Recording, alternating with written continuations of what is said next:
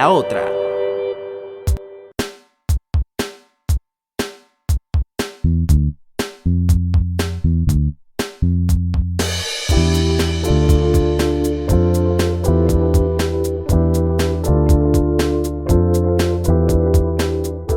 Drop the Mic es una comunidad argentina de podcasters fundada por Ale Torres, Andy Kukier y Fede Rusconi. Generan distintas movidas como capacitaciones, podcasts o newsletters con información muy útil para el desarrollo de nuestras producciones.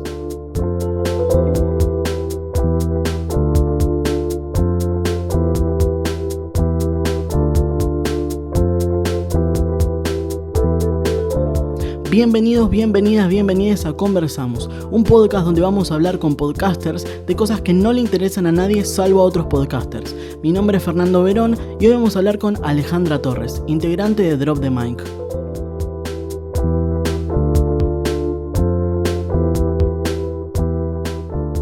Bueno, Ale, ¿cómo estás? Muy bien, por suerte, contenta de estar acá. ¿Cómo te trata esta nueva normalidad? ¿Sabes que bastante bien? O sea, me sorprendió porque siempre escuché como mucha gente sufriendo y estando mal, y a mí me daba culpa decir, che, yo no la estoy pasando tan mal. Eso de que hace un par de años largos ya vengo como trabajando desde mi casa, siempre me moví por el ámbito de marketing digital, trabajar en agencia y demás, o comunicación, y siempre tuve mucha libertad de, bueno, pueden trabajar desde su casa o de donde quieran. Igual ya pasaron como no sé cuántos, 4 meses más o menos, y se hace notar. Más o menos. Se hace notar. Pero así que bastante bien, la verdad. Siempre, a ver, yo vivo en Moreno, que es en Gran Buenos Aires, zona oeste. Siempre por cuestiones de comodidad me quise mudar a Capital. Y ahora que estoy acá y me agarró la cuarentena acá en Moreno, me resulta una paz. Estoy como enamorándome de la provincia, esto de tener un jardín, un patio, árboles, pastito, perros, no sé, como que esa tranquilidad que no sé si lo hubiera sobrellevado de la misma manera si estuviera en un departamento capaz un poco más encerrada. Mal, me pasa lo mismo, tipo el patio me está dando la vida. Sí, ¿no? Como que hay una revaloración de vivir en la provincia y sus patios y jardines. Mal. Bueno, adentrándonos en la entrevista, me gustaría saber cuál fue tu primer acceso al mundo del podcast. Mi primer acceso me pasó en la facultad en una clase del que ahora es el director de la carrera de Gestión de Medios y Entretenimiento, creo que era de Estructura Económica la clase, con José Cretaz, gran personaje de Twitter también, un periodista que tiene mucha interacción por allá, que en un momento mencionó podcast, es una materia que hablábamos de todas las industrias, de todos los medios, y dijo podcast, y yo dije, yo siempre muy nerd, no puede ser que no sepa qué es eso, ¿no? Me agarró como una culpa y dije, uy, no puede ser. Yo me acordaba que había visto eso en un celular, no me acuerdo si era un BlackBerry o un iPhone, porque me parece que los BlackBerry también tenían la aplicación de podcast en aquel instante, sorprendentemente, creo que es algo que no se menciona mucho. Me había metido, no había entendido y me fui. Y cuando, bueno, me pasó esto de la facultad, me puse a investigar, en ese momento calculo que ya tenía un iPhone, entré a la aplicación y dije, che, ¿qué onda? Qué bueno que está esto. Encontré lo que la gran mayoría de las personas que son consumidoras de podcast desde hace rato encuentran, que era TED Radio Hour de NPR, la Radio Nacional Pública de Estados Unidos. Y yo era muy fanática de las TED Talks.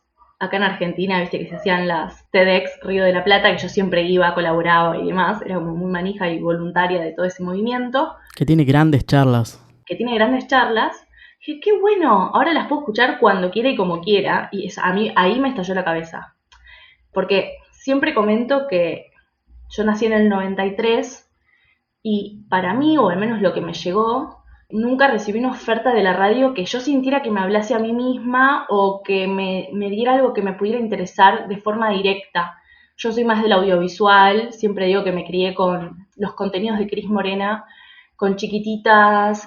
También, bueno, la competencia, todas Cebollitas, que lo veía pero no tanto. Ir al Gran Rex por, no sé, Casi Ángeles o Rebelde Way, los discos de Rebelde Way. Es como todo ese mundo crismorenil, pero de la radio no encontraba nada.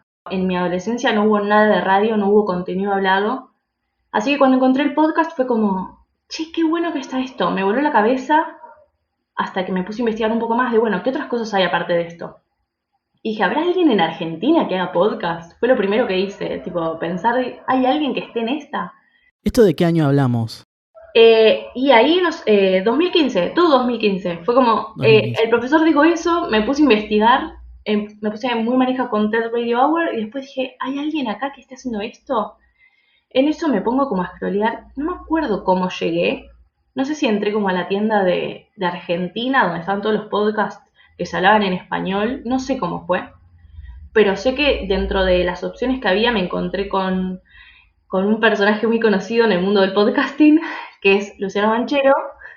Creo que hablaba algo de, yo no me acuerdo cómo se llama ese podcast, creo que era Corta Pizza o algo así, que decía Banchero Pizza. Yo cuando leí Banchero Pizza, dos palabras claves muy, muy fáciles de reconocer en mi pequeña mente de ese tiempo, dije, debe ser alguien de la pizzería o alguna persona, me imaginé joven, como hablando sobre pizza, capaz que sea de la familia, no sé, ni idea. No entendía qué era, puse play, lo escuché, me causó gracia, me di cuenta enseguida que era obviamente un acento argentino, y ahí como que me puse a investigar, bueno, quién era Luciano Banchero, qué pasaba, y descubrí que ya tenía un par de podcasts. Así que me puse un poco a investigar la oferta de contenidos que tenía, y al tiempo, en mi universidad, en UADE, todos los años se hace el Día del Entretenimiento, que ahora es la Semana del Entretenimiento. Ujú. Yo participaba en la organización, porque siempre fui como muy manija de todo, y le dije a la gente de la facu, tenemos que hablar sobre podcast. ¿Qué son los podcasts? Es lo que se viene. O sea, ¿de dónde saqué que era lo que se venía? No sé. Yo veía tanto movimiento en Estados Unidos, tanta cantidad, tanta calidad, que por alguna razón detecté que eso se iba a replicar en algunos años acá. Claro, gran premonición. No sé qué pasó. Se me conectaron como las neuronas, hubo algo ahí que sentí que posiblemente iba a tener su réplica acá. Y me pareció como todo muy lejano, digo, contactarlo. En ese momento él tenía como, no sé, 13.000 seguidores, que para mí me parecía como imposible de contactar. Y al tiempo terminó como sucediendo, lo llamé para la carrera, para el evento, vino, habló de podcast, y al tiempo le dije, tengo unas ideas para posta. Me dijo, bueno, mándamenlas por mail, qué sé yo. Yo había quedado en contacto, buena onda con él, Ujú. porque yo era muy fanática de lo que estaba haciendo, tipo. Y bueno, cuando le mandé las ideas por mail, le mandé como una especie de súper trabajo práctico de, no sé si más de 50 páginas de ideas, una loca. Y al tiempo, después de mucho tratar de convencerlo, terminé empezando a trabajar en posta, a hacer contenidos para la audiencia más que nada, no en la parte de producción, sino en lo que era redes y estrategias para interactuar con la audiencia. ¿Y cómo fue ese paso ahí por esa gran productora que hoy es como nuestro caballito de batalla a nivel regional? Fue increíble, o sea, fueron una segunda escuela para mí. Si bien yo ya tenía como toda la parte medio académica metida y el conocimiento de las industrias, con ellos aprendí un montón de cuestiones de nicho, o sea, seguí conociendo más podcasts, seguí conociendo los primeros acercamientos a estudios de, no sé, de Edison Research, ¿cómo se llama esto? Bueno, todas las analíticas y los consumos y newsletters. Conocí el newsletter de Nick Qua, que es este periodista que escribe para New York Times y Nielsen. Bueno, como que aprendí mucho de lo que era de adentro. También ellos siempre se mostraron predispuestos a las ideas que yo podía llegar a brindar o a compartir. Trabajamos mucho en equipo, hasta que en un momento también Andy se sumó al equipo de posta en la parte de producción, y ahí obviamente yo me hice amiga de Andy, pasaron un par de años y empezamos a hacer Gatocracia juntas.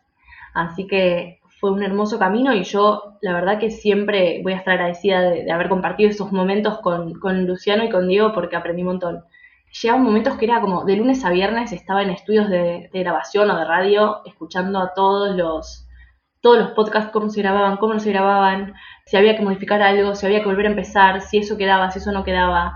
Viví en primera persona, no sé, entrevistas increíbles. La verdad que fue una gran escuela y me inspiró muchísimo. Eso que decís es muy interesante respecto de vivir en primera persona las entrevistas, porque en muchos casos, de repente en los podcasts se hace una entrevista y después hay un recorte, pero muchas veces vivir la entrevista desde dentro del estudio o fuera, desde la pecera, desde donde sea, es como una gran vivencia, porque hay muchas cosas que absorbés que quedan afuera después del podcast. Sí, tiene una magia, o sea, yo creo que a veces como que la radio y mismo también el podcast te enamora, y yo creo que te enamora por esa parte tan emocional o tan humana que se genera cuando uno realmente se mete en el flow de una charla y se abre y no tenés esa cuestión de que la gente te está mirando ni que hay una cámara alumbrándote a vos, sino que por un momento te olvidás y te perdés en una conversación. Y eso a vos te impacta y te cambia. O sea, yo siempre digo, de hecho, que a mí me cambió un montón la ideología y los pensamientos, haber formado parte de, no sé, de entrevistas de, por ejemplo, Pernocte, con personas a las que yo capaz nunca hubiera tenido acceso, de llegar o de tener una conversación. Eso a mí me cambió mucho la cabeza y a nivel humano me modificó. O sea, esto lo de cuántas diferencias que hay entre los ideales de las personas y cómo a través de la empatía y una buena charla podés llegar a entender cosas que capaz a tus valores parecían contrapuestos. Claro. Bueno, me comentabas de que arrancaste desde 2015.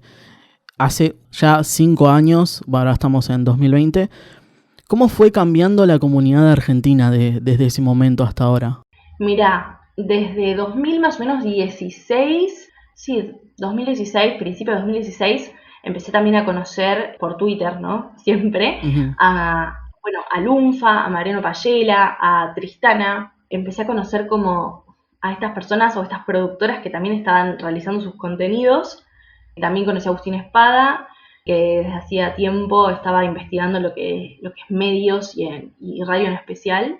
Y de a poco, o sea, si bien había como toda una comunidad independiente o amateur, que era muy de nicho y quedaba concentrada en esa, pero eran todas como desfragmentadas, no había una unión. Se sabía que había, yo no accedía a esos contenidos porque no los conocía o no sabía cómo llegar. Ahora estoy hablando específicamente de estos productores amateur, no de Tristana ni Sí, de sí. Lunfa, que por supuesto estaban en las plataformas de aquel entonces.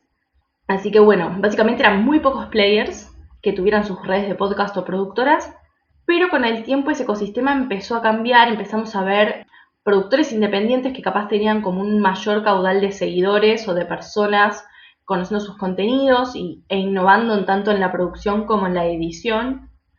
Y se empezaron, yo creo que fue en 2000, yo no sé si fue en 2017 o 18, me parece que 2018, que noté como una segunda oleada de nuevos productores independientes que vinieron a cambiar las reglas del podcasting y ya como, ya no era que si eras amateur capaz te ligabas a solo una conversación o generabas algún tipo de contenido que era como mucho más de nicho, sino que eran personas que tenían la cabeza y la formación y la intención de formarse más dentro del podcasting, de generar productos pensados para una audiencia y pensados a conciencia y con el mayor nivel de profesionalismo posible y con los recursos que tenían disponibles, ¿no? O sea, gente autodidacta que empezó a comprender el formato y empezaron a innovar en cuanto a temas de nicho también.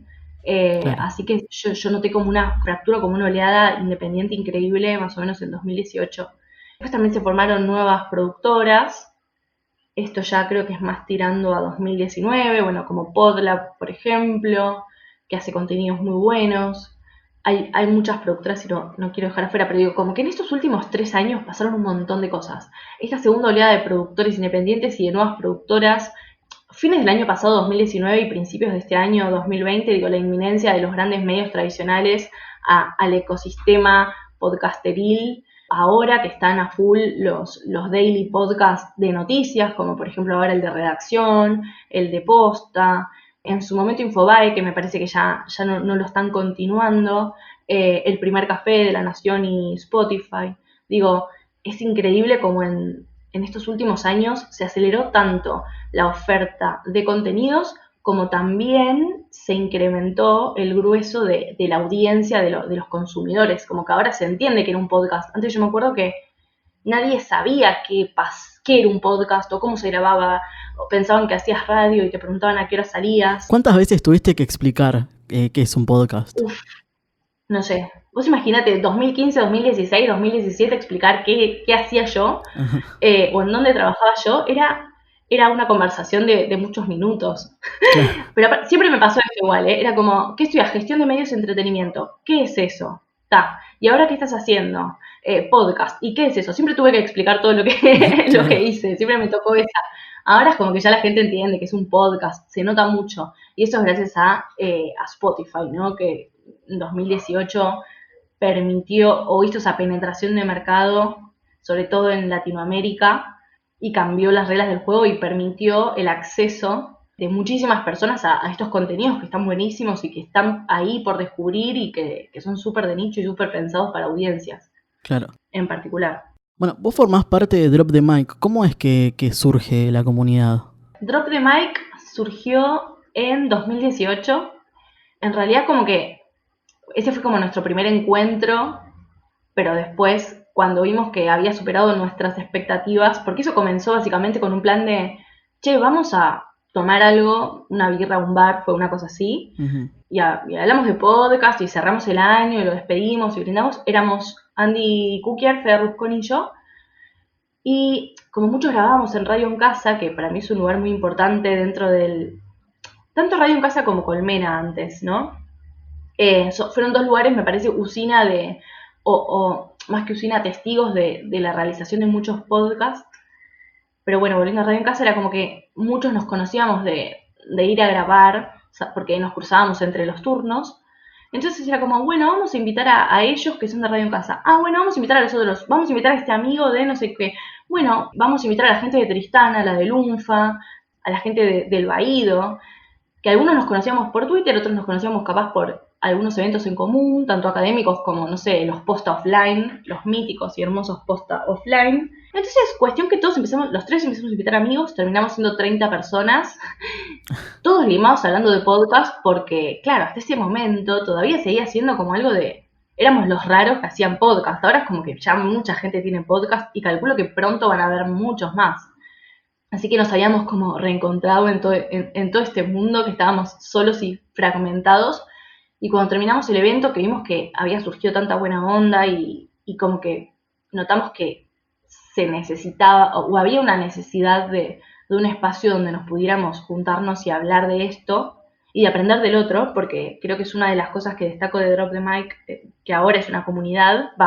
Ya como al evento siguiente dijimos, bueno, tratemos de armar una comunidad, juntémonos, tratemos de ir todos para el mismo lado, porque sabíamos que si todos nos ayudamos y si uno necesita entender una cosa, siempre va a haber otra persona que le va a dar una mano, y eso es una locura, y creo que a nivel medios tradicionales no sé si se pudo poner en práctica, pero nosotros no nos percibimos como competencia del otro, sino que como entendemos que es on demand, la verdad que la gente puede escuchar cualquiera de los contenidos cuando quiera, donde quiera y demás. Entonces es como, si los dos hablamos de cine, ponele, es como, no es que la gente me va a elegir a mí o a vos, va a depender de otra cosa. Claro, si crece para une, creo que crece para todos, en cierto punto. Si se hace visible un podcast, se van a hacer visible el resto probablemente. Tal cual. Sí, es que la realidad era esa, o sea, si el otro lograba ganar nuevos oyentes, sabíamos que eran nuevas personas dentro de Argentina, por ejemplo, con la intención de, tal vez el día de mañana, escuchar otras cosas más y empezar a incorporar podcast en lo que es su vida habitual. Entonces, nada, todos empezamos con el mismo objetivo, que era tratar de hacer crecer esto que queremos que sea un mercado o una industria, que todavía no lo es, pero que de a poco está empezando a acelerarse. Y nos juntamos, pero no es que nos juntamos, no sé, personas desconocidas únicamente, o personas súper conocidas dentro de la industria o del mercado o de la escena, mejor dicho, sino que éramos todos, no importaba quién fueras o de dónde vinieras o qué hicieras, estábamos todos juntos de la misma forma charlando, y me pareció copado, o sea, detectamos los tres que había algo ahí que teníamos que seguir manteniendo, así que todo 2019 hicimos como casi mes a mes un evento nuevo, un encuentro nuevo donde se dictaban capacitaciones o había dinámicas, y así los productores también se fueron conociendo, algunos hicieron crossovers, después otros hicieron proyectos en común. ¿Sabés si hay como algún proyecto que haya salido de esa juntada? Sí, tengo algunos casos, uno de ellos que siempre menciono es el de Luby, que conocieron a un productor de stand-ups y teatro, que es conocido en las redes sociales como @clubgabou, uh-huh, y que juntos pudieron llevar al podcast por primera vez a una sala de teatro donde las conductoras de Mamá no escuches esto conocieron a su audiencia, vendieron entradas para asistir a esa experiencia, así que estuvo como muy bueno. Eso fue como uno de los primeros ejemplos que conozco. Después, bueno, el último que me comentaron, que nos lo hizo saber Mariano Payela, fue que Fugas, en parte se dictó porque se conocieron o tuvieron una charla, mejor dicho, Mariano Payela y Tomás Pérez Bisón, y a partir de esa charla, donde encontraron que tenían intereses en común en particular, tiempo después empezaron a desarrollar este proyecto que ahora conocemos y es una de los contenidos más innovadores dentro de la escena local. Qué bien. Así que también tenemos ese y es como, wow, ustedes justo asistieron al mismo evento en el mismo tiempo, que encima los eventos de Drop the Mic empezaron en una terraza de lo que es la casa, o lo que era la casa de Fede Rusconi y Andy Sentis, donde metimos 30 personas, y bueno, ¿entendés? Era como, fue todo como muy casero, muy loco, y terminaron teniendo esos resultados. Después también, no sé, también pasaron cosas como, hay gente que se hizo amiga, hay gente que consiguió novio, digo, empezaron a pasar esas cuestiones más humanas, que también está buenísimo. Así que sí, y hay más ejemplos, también, no sé, crossovers sucedieron, qué sé yo, también proyectos que estamos desarrollando desde Drop the Mic, que pronto espero que salgan a la luz, porque también van a ser como de beneficio para todos, como por ejemplo un tarifario que estamos desarrollando, que tiene a Andy Fechi ahí en la cabeza, con el apoyo nuestro. Bueno, también otra de las cuestiones que este año ya hicimos hace 3 meses es la encuesta de consumo de podcast, que lo hicimos con Agustín Espada. Uh-huh. Y que también, o sea, gran parte de los resultados y de haber llegado a tanta gente es por la colaboración de muchísimas de las personas que están dentro de la comunidad. Así que, y eso después creo que a varias personas, o esperamos, o al menos ese también es el objetivo, de que les sirviera eso para mostrárselo a anunciantes o para entender mejor cómo cierta audiencia está consumiendo. Así que bueno, como que Drop the Mic disparó hacia varios lugares y esa era al menos una de mis intenciones, que no se quedara solo en una cosa, sino que sabía que se podía abarcar mucho más. Yendo un poco a la encuesta, entre las respuestas hay un montonazo de gente de Buenos Aires, pero hay un par de provincias que por ahí me sorprendieron un toque, que haya producciones como por ejemplo Río Negro o Salta. ¿Qué tan federal estás viendo la movida?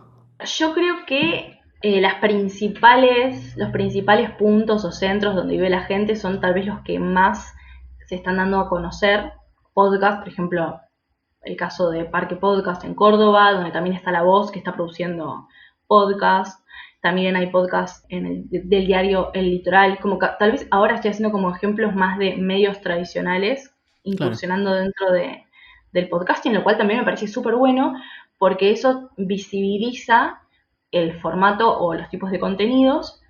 También hay gente en Tierra del Fuego que está haciendo podcast, Gamera, o también esta góndola en San Luis. Digo, de a poco se empiezan a dar a conocer casos que espero que se sigan multiplicando. A nivel federalismo, sabemos que, bueno, Buenos Aires hoy tiene una movida de podcast que me parece que es mucho más grande respecto de las demás provincias, pero eso no quiere decir que el podcast cada vez se vaya extendiendo más.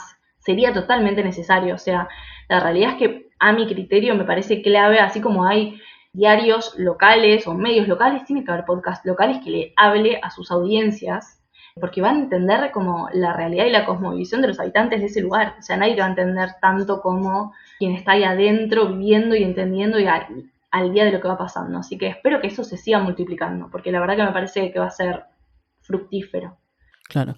¿Van a ir actualizando la encuesta año a año o fue algo de esa vez nada más? No, todos los años vamos a hacer una nueva encuesta y de hecho tenemos la intención de hacer una cosa más que espero que salga, bueno, ahora estamos en agosto, espero que ya a mitad de septiembre la podamos sacar a la luz, que no va a ser de consumo de las audiencias, sino que va a estar más enfocada en las productoras o en los medios. Vamos a ver igual bien cómo lo desarrollamos, pero ya adelanto que es algo que queremos hacer con Agustín.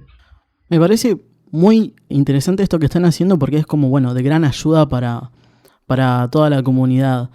Volviendo un poco a la encuesta, nos arrojó que Spotify es la plataforma preferida acá en Argentina, pero en Estados Unidos, Puerto Rico, México hay como un predominio por ahí de Apple Podcast. ¿A qué se le puede atribuir, según vos, esta diferencia? Desde 2018 ya tenemos como la inminencia o la presencia de Spotify, que que es la que hizo dinamizar al menos el consumo de podcast acá en Argentina. ¿Y qué es lo que pasaba antes, no? ¿Por qué no estallaba el formato antes o por qué no se hacía conocido o más popular? La verdad que yo siempre, y esto lo he charlado con Diego del Agostino, con Luciano, como que teníamos muy en claro el problema tecnológico que impedía que esto sucediera, y es básicamente los sistemas operativos de los celulares, ¿no? Que en Argentina más del 50% de las personas utiliza Android, te diría que más del 80%, y en la región pasa lo mismo, como que es más del 50% de las poblaciones latinoamericanas usan Android y pocas personas tienen acceso a un dispositivo iOS. Y los dispositivos de iPhone eran los únicos que tenían las aplicaciones de podcast que te permitía a vos en 2 clics conocer de qué se trataba el formato. O sea, ¿y cómo podías conocer un formato si no tenías la accesibilidad? Entonces teníamos esa limitante, me parece, ¿no? Y que Spotify vino a solucionar tras años de que todos los productores esperásemos que Android se pusiera a la 10 y creara su app de podcast, que terminó pasando tarde, me parece a mí. Yo creo que de todas maneras va a seguir creciendo lo que es Google Podcast, por otros lados, me parece. Pero bueno, nada, llegó Spotify primero, era una aplicación que al menos en Argentina y en algunos países latinoamericanos tenía ya bastantes instalaciones en los celulares Android, evidentemente, y ese fue el resultado. Entonces, respondiendo a tu pregunta, es porque digo, en mercados cercanos a Estados Unidos o Canadá o en algunos países de Europa, donde la balanza está como un poco más tirando al 50 y 50 entre Android y iPhone, se dio más por eso, ¿entendés? Uh-huh. Porque ellos tenían esa accesibilidad que nosotros no, debido al sistema operativo y también cuestiones de 4G y demás, ¿no? Antes no teníamos 4G, no teníamos la posibilidad tal vez de forma fácil escuchar un podcast cuando quisiéramos, si es que no lo descargábamos. Cuestiones de paquetes de datos que ahora han mejorado y han penetrado, no sé, más del 90% del país. Bueno, en lo que va de cuarentena se habla un poco de que fueron cambiando los hábitos de consumo. ¿Cómo es que está afectando esto al mundo del podcast? A ver, lo que pasó al menos en un inicio de la cuarentena fue que de repente muchas personas notaron que sus reproducciones o sus descargas habían descendido, y esto se debió básicamente a que el consumo de podcast está bastante ligado a las rutinas, está bastante ligado a cuando las personas se dirigen a sus lugares de obligaciones, a sus trabajos, a la facultad, al colegio, o a donde sea que vayan, ¿no? Esto del consumo on the go, ¿no? Mientras nos desplazamos a lugares o mientras volvemos de lugares, y después está como todo el consumo nocturno, que es el que se puede observar en la encuesta.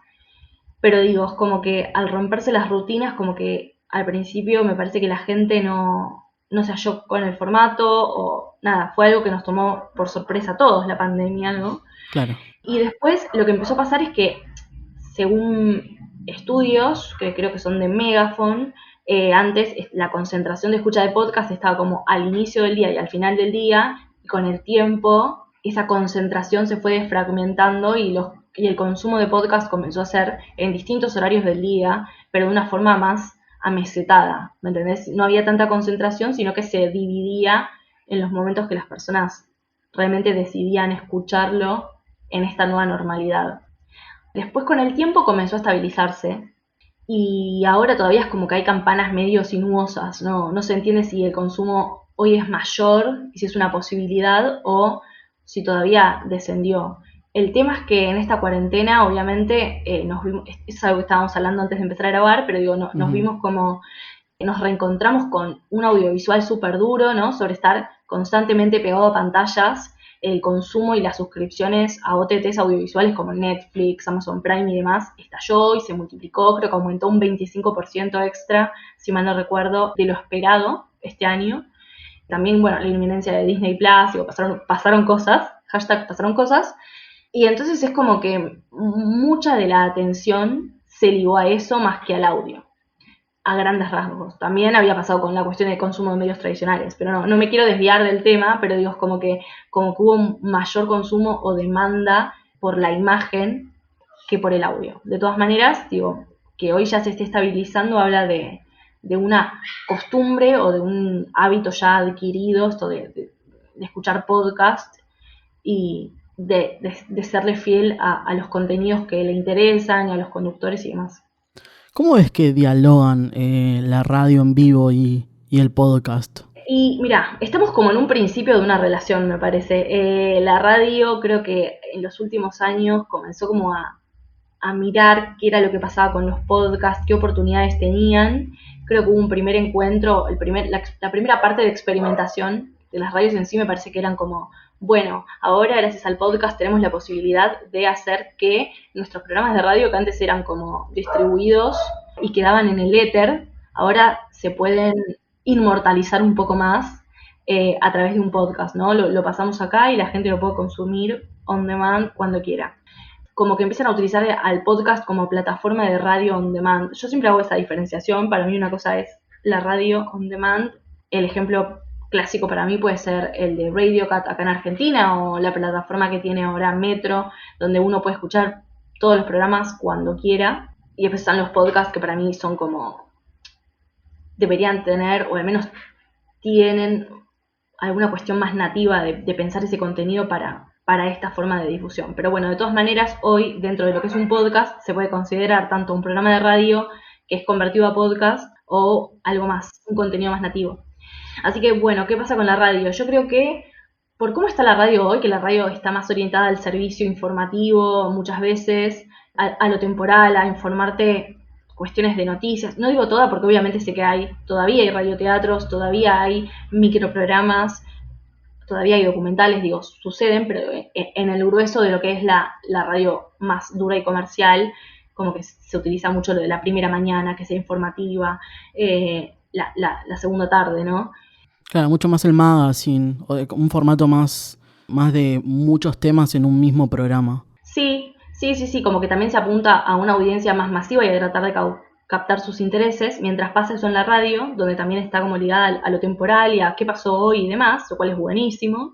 Encontramos que el podcast permite establecer otros relatos y otras conversaciones con las audiencias, con otros tiempos, con otras ideas, con otras lógicas de producción, me parece. Entonces tranquilamente pueden convivir o se pueden complementar. No veo que sea como muchas personas piensan que el podcast es una amenaza para la radio y para mí es algo que no tiene nada que ver. Solamente pienso que hay casos, y esto lo he leído, hay casos de radios internacionales o de medios gráficos internacionales que dicen, bueno, vamos a tratar de, con el podcast, establecer otros discursos, establecer otra interacción con las audiencias, establecer otros diálogos, llegar a las audiencias más jóvenes o tratar de también desarrollar un nuevo espacio publicitario, porque me parece que eso también es clave, ¿no? Hablar de los negocios y el podcast. Claro. Pero digo, pueden convivir tranquilamente y la radio siempre se va a necesitar.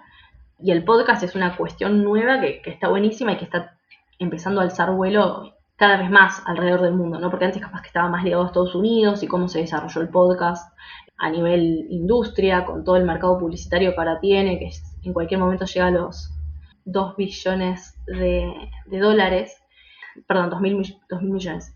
Digo, ahora como que se empieza a desarrollar un poco más alrededor del mundo y permite como todas estas cuestiones. Desde el arranque de la cuarentena, ya hace un tiempo Spotify medio nos viene teniendo en vilo con todo lo nuevo que están sacando y hace poco se incluyó el videocast. ¿Cómo ves el desarrollo del videocast en Spotify cuando en realidad por ahí tal vez estaba más relacionado a YouTube? Buenísimo. Mira, la verdad es que desde hace bastantes años, muchos años, cuando buscaba información sobre podcast, se reconocía como definición de podcast contenido de audio o video on demand que se distribuye a través de un RSS. Bueno, como digo, la opción siempre estuvo, me parece que tanto la tecnología como las prácticas culturales o de producción no tomaron la parte de video, no lo desarrollaron y como que la industria se construyó a través del audio y tenemos todos los ejemplos internacionales que hoy conocemos que son solo audio. Pero ahora de repente aparece esta nueva feature de Spotify para tratar de, no sé, o de agradarle más a las audiencias jóvenes para brindar algo nuevo y diferente o para tratar de asemejarse a YouTube. Y la verdad que, a ver, me parece que es una opción que podemos consumir o no. Me parece que está bueno tener esa elección de, ok, prefiero mirarlos o no, la verdad que no, prefiero seguir escuchando solo audio y hacer la mía. A mí me parece que está bien que exista, como que no me presento reacia a este nuevo cambio, porque sé que puedo elegir, porque sé que puedo no mirar la pantalla y punto, o no activar esa función en el caso de que pueda activarlo. Claro, es un recurso más. Es un recurso más, es una opción más, y si la querés bien, y si no la querés, me parece perfecto. O sea, hay podcasts que me parece que son increíbles y que la experiencia sonora te atrapa y que no hace falta estar mirando algo, porque no vas a sentir lo mismo. Y con eso pongo como ejemplo los podcasts de Caitlin Prest, se llama, que hace podcast para CBC Podcast, que es una productora de Canadá. Que digo, no necesitas estar mirando para tener la experiencia artística y sonora que te ofrece ese podcast. Y como te pasa con eso, te puede pasar también con el gran apagón de Podium Podcast y Guerra 3, porque para eso terminas mirando una película. O sea, ¿cuál sería la diferencia de agregarle a algo ya ficcional un video? Una película, o sea, no estamos... entonces, nada, empieza a pasar esto. También hay muchas preguntas igual, hay muchas personas que dicen, bueno, pero a ver, si yo estoy mirando a dos personas hablar, ¿cuál es la diferencia entre esto y un video de YouTube? Claro, no hay mucha diferencia. Y la verdad que no, o sea, no hay una diferencia. Como que de repente se empiezan a cruzar mundos, ¿no? De diferentes, uno piensa que son diferentes medios o diferentes plataformas u opciones de contenidos. Uno quiere etiquetar las cosas y para ordenarse, pero no terminas de entender qué es ni cómo es. Entiendo que nos queramos ordenar igual, por eso yo también a veces soy como tajante y digo, bueno, está bueno diferenciar el podcast de lo que es la radio, por ejemplo, volviendo a lo que dije antes, que decide convertir sus programas a podcast, para entender un poco de cómo es el mercado realmente del podcast en sí, pensado como una cosa, una cuestión suelta y sola, ¿no? Sin la radio, o sea, la creación de contenido puro, porque vos si entendés eso, estás viendo cómo las personas de la industria están apostando o invirtiendo al formato en cuestiones económicas. Y después también con eso entendés cómo es el retorno de inversión. De todas maneras, vuelvo a lo mismo, o sea, también un programa regrabado puede tener un espacio publicitario de nuevos players, de anunciantes, y ahí también obtener ingresos. Pero digo, bueno, más que nada era como para entender. Entonces, volviendo ahora, te llevo y te traigo, pero volviendo ahora a lo que es YouTube y eso, es como que también entiendo que la gente quiera saber qué es para comprender las dimensiones, pero bueno, no es algo tan desconocido para nosotros, porque pensá que hace un tiempo también teníamos disponible, o tenemos ahora cada vez más, la posibilidad de, qué sé yo, no sé, estás mirando Vorterix, estás mirando, ya estoy diciendo, en vez de estás escuchando. Claro. Yo a veces pongo YouTube, pongo Vorterix y miro el programa de radio. O sea, es una locura. ¿Y cuál sería la diferencia entre eso y un programa de televisión, si nos ponemos tajantes? Es que en muchos casos tenés que verlo porque si no, no lo entendés en el caso de Vorterix. Sí, puede ser que, claro, que haya como que algunas referencias que sean más como, bueno, si lo estás mirando entendés. Pero digo, me parece que también el mirar o no mirar ahí termina siendo un accesorio más que podés tener o no. Yo me acuerdo que Perros de la Calle en su momento había probado el mismo formato y me parece que no había funcionado del todo. Creo que estaba disponible en DirecTV. Digo, son pequeños extra que tenés y podés consumir si querés o si no querés, pero digo, como que lo que prima más que nada es, me parece, la ventana inicial de explotación, si nos ponemos más en términos de medios tradicionales. Es como las películas del cine, y primero se piensan para el cine, pero después también por su recorrido de explotación se piensa para el on demand o se piensa para las OTT, que ahora es todo un chino, porque ahora es como, bueno, no se estrenan en el cine y salen directo al OTT y después, ¿qué pasa? Bueno, es como que es un momento de la industria que es todo como caótico y nadie entiende bien hacia dónde van las cosas, porque ya lo tradicional es como que no se está pudiendo mantener por la pandemia y los aislamientos de cada país. Pero bueno, nada, son extras, son nuevas opciones, está bueno que pase, está bueno que haya como ese barullo para entender hacia dónde podría ir o no el mercado, para después ver qué es lo que la audiencia finalmente decide adoptar, porque la realidad es que uno puede ir con todo impulsando algo, pero si después la audiencia dice, mira, la verdad que no me importa, o tipo, me da lo mismo, si no hay adopción social sobre lo que ofreces, ya está, listo, muere ahí. Me refiero, qué sé yo, a esta nueva capacidad de mirar. Claro, el contenido es un poco lo que va reinando en cierto punto. El contenido, sí, el contenido sigue siendo el rey. Después se verá cómo se consume, cómo la gente decide consumirlo, si mirando o si no mirando. Vaya a saber. Volviendo un poco a Spotify, viste que se está hablando un poco respecto de que nada, puede como llegar a haber una suerte de monopolio que en sí no sería 100% un monopolio. ¿Qué tan real es evitable o no es así? Depende de dónde lo mires y también creo que depende de las regiones en las que estemos poniendo el ojo, ¿no? Ujú. Spotify está invirtiendo muchísimo dinero en el podcasting. Hay que ver si eso después se le retribuye o no. Vamos a poner un oligopolio. Capaz que a nosotros nos parece un súper monopolio porque estamos de este lado del mundo y sabemos que Spotify acá, no sé, representa más del 80% de las descargas de muchos. Claro. En otros países todavía sigue siendo como... Hay mayor competencia en Estados Unidos. De hecho, por ejemplo, Amazon hace poquito acaba de agregar los audiolibros ahora van a tener o sea, Audible va a tener su parte de podcast. Amazon Music o Prime Music va a tener también su parte de podcast. Como que allá es como que hay mayor variedad y está como más dividido. Acá medio que si no estás en Spotify, donde está la mayor cantidad de oyentes, ¿qué pasa? Y después cómo las empresas o estas plataformas que tienen los medios de distribución, tienen la parte tecnológica que te hace llegar a la audiencia, de cierta forma empieza a jugar su juego con todo lo que es el desarrollo publicitario. Y nada, medio que nos vuelve a pasar casi... en realidad ahora estamos en una instancia en la que la plataforma tiene usuarios activos, está pensando en monetizar y a nosotros los productores de podcast no nos paga nada, Claro. ¿no? O sea, eso es lo esencial, como que ya bastante problemas hay o se dictan con lo que son las regalías a los artistas, que son súper bajas y siempre se quejan, y de hecho la semana pasada, para que tengan una idea, 12 de agosto, había salido un caso en Estados Unidos donde se habían aliado varios compositores y habían llevado al Tribunal de Justicia en Estados Unidos a que se aumentaran las regalías tanto de Spotify como Amazon y como varios reproductores más. Creo que Apple Music también está incluido. Eso no terminó pasando.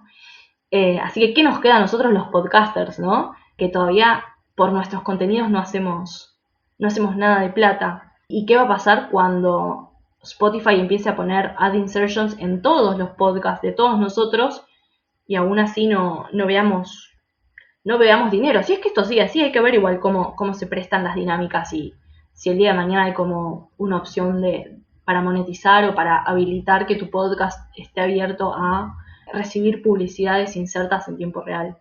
Vamos a ver. Claro, hay como una gran precarización entre productores y productoras. En particular acá en Argentina ninguna plataforma monetiza. ¿Cómo es la experiencia afuera respecto de la monetización, tipo en España o en, no sé, en México, Estados Unidos? A ver, antes te voy a decir que, si mal no recuerdo, Argentores había cerrado un acuerdo con Con Evox. Evox Sí. para que los autores de podcast pudieran monetizar por play dentro de Evox. Lamentablemente no es acá en Argentina una de las plataformas en donde más se consuma podcast, pero bueno, por lo menos me parece que a lo que llegaron está bueno.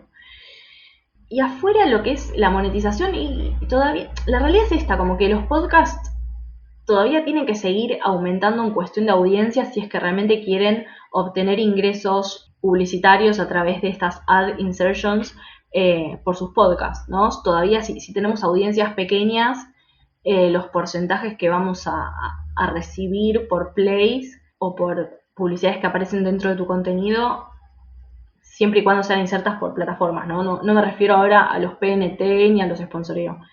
Pero digo, si tenemos audiencias pequeñas, nuestra posibilidad de desarrollo económico todavía sigue siendo pequeño, o sea, todavía tenemos que seguir creciendo, me parece, en audiencia. Eso me parece que es un fenómeno internacional que sucede. Y ya para ir cerrando, viste que hace un tiempo se generó un debate en torno a cómo va a ser el futuro. Si va a ser más orientado a Facebook o va a ser más orientado a Netflix. ¿Vos cómo lo ves desde tu perspectiva? Tomando ciertos parámetros de la actualidad, parecería que los grandes jugadores están intentando construir sus jardines cerrados, ¿no? Esto de, bueno, Spotify ahora tiene a Michelle Obama con su podcast y también tiene a Lele Pons, que tiene como 47 millones de seguidores en las redes sociales. Digo, como que empiezan a meter estas superestrellas para que la gente se quede dentro de las plataformas y como que empiecen a ganar un valor diferencial de las otras, ¿no? También Apple Podcast hace rato que viene amagando y ya de hecho comenzó a producir sus propios contenidos exclusivos. Me parece que los tiempos que siguen, al menos los primeros años que van a suceder de acá en adelante, se viene de mucha competencia de los grandes jugadores para tener franquicias o personalidades relevantes exclusivas dentro de sus propias plataformas o sus propios dominios. Hay muchos casos de, qué sé yo, DC y Spotify desarrollando en conjunto podcast de superhéroes y villanos. Después tenés jugadores que por ejemplo, SiriusXM, que se compró Pandora hace un par de años y que también hace poquito adquirió Stitcher, que también empezaron a desarrollar ciertas exclusividades con Marvel, no con DC. Entonces, y también iban a desarrollar como historias ficcionadas o narrativas que fueran exclusivas y nuevas, pero que a su vez retroalimentaran el transmedia de todas esas grandes franquicias. Entonces, digo, cada vez más la industria tiende a tener ese elemento de valor o esa propiedad intelectual de su lado. O sea, lo mismo que está pasando entre las batallas así del streaming más audiovisual de Netflix, con HBO, con ahora Disney Plus, con Amazon Prime y demás, eso mismo se está empezando a recrear en el podcast hoy. Entonces, como que pareciera que cada vez nos estamos como, o las empresas grandes se están cerrando más. De hecho, también tenemos a publishers como The New York Times, que hace poco compró la franquicia de Serial, y vos decís como, ¿ves? Es como que está pasando lo mismo. Estamos detectando que las propiedades intelectuales, las franquicias, las audiencias ya adquiridas por determinadas marcas y contenidos, están ahí, son muchas, y los grandes medios o los que más tienen poder quieren como concentrar lo más que puedan para seguir teniendo gente y traccionando y también establecer sus modelos de negocio. Porque, por ejemplo, SiriusXM, que es el ejemplo que te di, es una de las radios o cadenas de radios más grandes de Estados Unidos. También tiene presencia en Canadá y otros lugares. Bueno, The New York Times ya sabemos que si bien es como súper específico de New York, tiene como una llegada internacional gigante. Así que pareciera que vamos a un modelo más Netflix que Spotify, pero hay que ver si finalmente terminamos abonando o no una suscripción o si eso sigue siendo gratis. Porque, por ejemplo, el caso que tenemos de Netflix de podcast no estaría funcionando como se pensó que iba a suceder. Como el caso de Netflix de podcast. Luminary, tenemos a Luminary, que cuando surgió, su premisa de venta era: nosotros queremos ser el Netflix de los podcasts, o sea, queremos que vos te suscribas y consumas toda una oferta de contenidos, algunos exclusivos y otros no, o sea, algunos son como que están abiertos y los podés encontrar en cualquier plataforma. Es como que es una empresa muy reservada que no dio a conocer sus resultados comerciales, no sé si creció como se esperaba tampoco, sí que tuvo mucha inversión, se la aceleró muchísimo, pero no, es un jardín súper cerrado y no sabemos bien cómo se dio a nivel negocios o a nivel crecimiento de audiencia y de suscripciones. No sé si será ese el camino de los podcasts. No sé si tan cerrado, pero sí digo que comienza a cerrarse en cuanto a te doy acceso gratis, pero acá vas a encontrar a todas estas estrellas, por así decirlo. Claro, sí. A mí me causa curiosidad como en qué lugar o en qué plano quedarían los productores independientes. Bueno, eso es parte de lo que conversamos en Drop the Mic News y es medio complicado. O sea, por una parte, yo creo que detecto, capaz estoy equivocada y capaz hay muchas más, pero detecto como 3 grandes grupos. Por una parte tenemos el podcasting bien comercial y bien industrial, que es ese que se está rigiendo o que está estableciendo Spotify, los grandes medios, BBC, conglomeraciones de medios y grandes publishers, donde, bueno, es como que está la pelea por la exclusividad y las grandes estrellas y los negocios ahí son mucho más grandes y son diferentes. Tenemos a la gente que está como dentro del panorama o del ecosistema del podcasting que dice, bueno, capaz que no apuesto tanto a la gran estrella con la que capaz hago un programa tipo de conversación o de entrevistas, sino que quiero llevar a mis contenidos a un lugar más artístico. Y después tenemos a los productores independientes o a los pequeños productores independientes, que es como estamos tratando de establecernos y generar ingresos para poder sustentarnos y para poder seguir haciendo más podcasts, pero a su vez pareciera como que los negocios nos pasan por arriba. Y es complejo. Siempre este medio o esta forma de distribución siempre fue como súper accesible, súper democrática, tiende a cero en cuanto a costos, al menos de plataforma, Pero digo, si vos querés montar tu negocio dentro del podcast, es como que no te queda otra más que invertir. Si vos querés tener como un retorno de inversión y generar un negocio a partir de eso. Me pregunto si es realmente lo que está pasando con los pequeños productores, ¿no?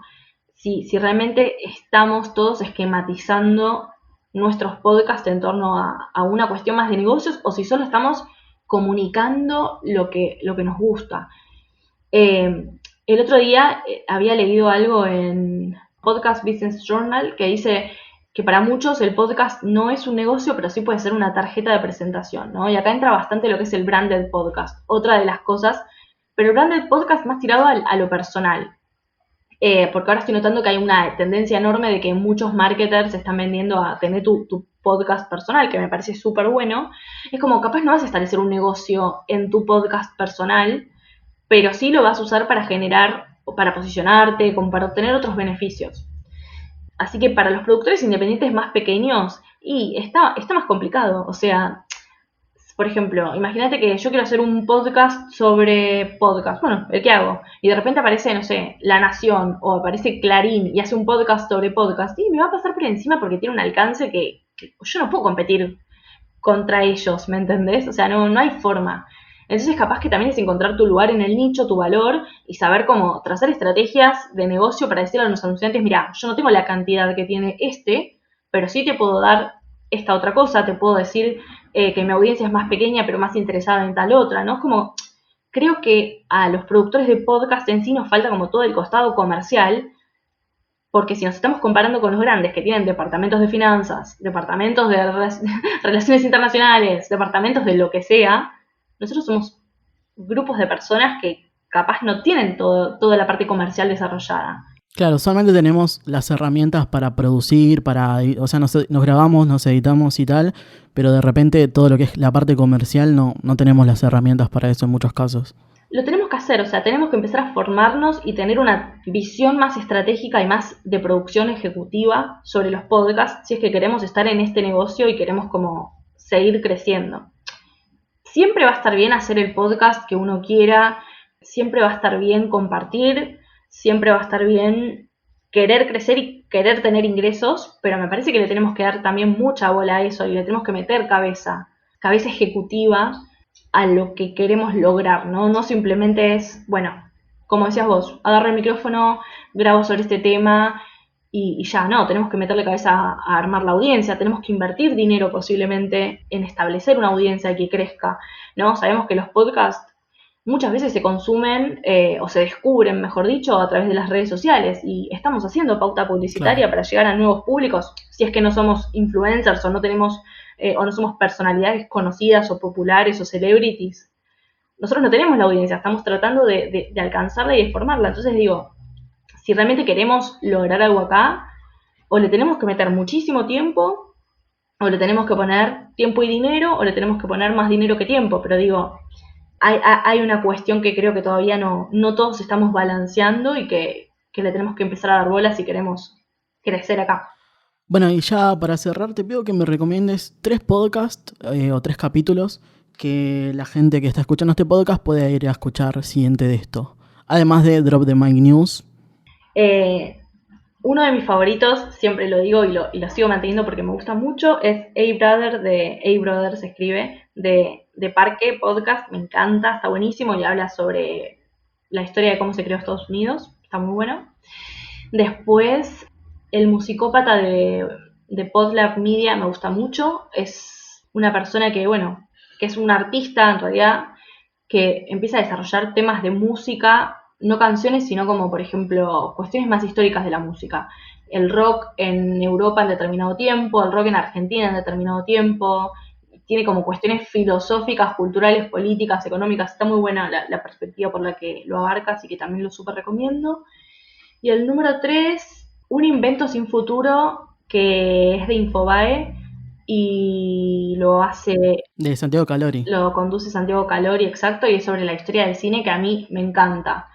Nada, son súper de nicho, pero los recontra recomiendo como si quieren aprender algo nuevo. Bueno, Ale, muchas gracias por tu tiempo, la verdad un placer de charla. La verdad que gracias a vos por invitarme y la pasé súper bien, te agradezco mucho. Un placer. Cerramos este episodio en el que hablamos de el mercado de podcast en Argentina y el exterior, el paso de Ale por Posta FM y el futuro de las plataformas en la región. Hasta acá el episodio de hoy. Nos oímos la próxima.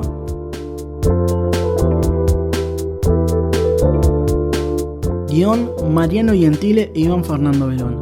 Grabación y edición: Iván Fernando Verón.